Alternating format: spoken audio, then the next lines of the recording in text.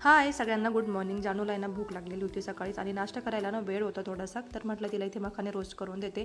तिला मीठ हळद वगैरे काही लागत नाही, फक्त गरम करून दिले थोडेसे, कारण की ते थोडे सॉगी होते ना, तर थोडे क्रंची करून दिलेले होते. आणि नंतर मी माझे हेअर वॉश वगैरे करून घेतलेले होते. खूप लेट झालं होतं आज मला सगळं फ्रेश वगैरे व्हायला.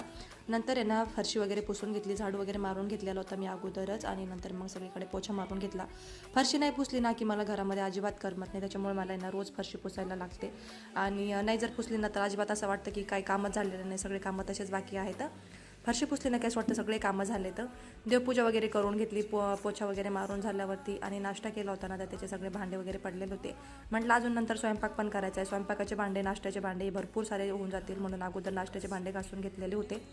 थोडंसं दूध वगैरे होतं ते तापवायला ठेवलं, आणि ह्याचं पॅकेट आहे ना फोडून ठेवलेलं होतं. म्हटलं अजूनच स्वागी होऊन जातील म्हणून त्याला डब्यामध्ये भरून ठेवलेलं होतं.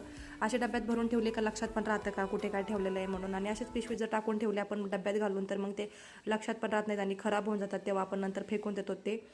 इथे बटाटे वगैरे होते ना 2-4 जागेवरती झालेले होते, म्हटलं त्याला सगळे एका जागेवरती करून ठेवले. आणि माझं फ्रीज आहे ना इतकं अस्तव्यस्त झालेलं आहे, मला त्याला सगळं व्यवस्थित डीप क्लिनिंग करायचे आहे, त्याचे सगळ्या काच वगैरे बाहेर काढून पुसून घ्यायचं आहे ते.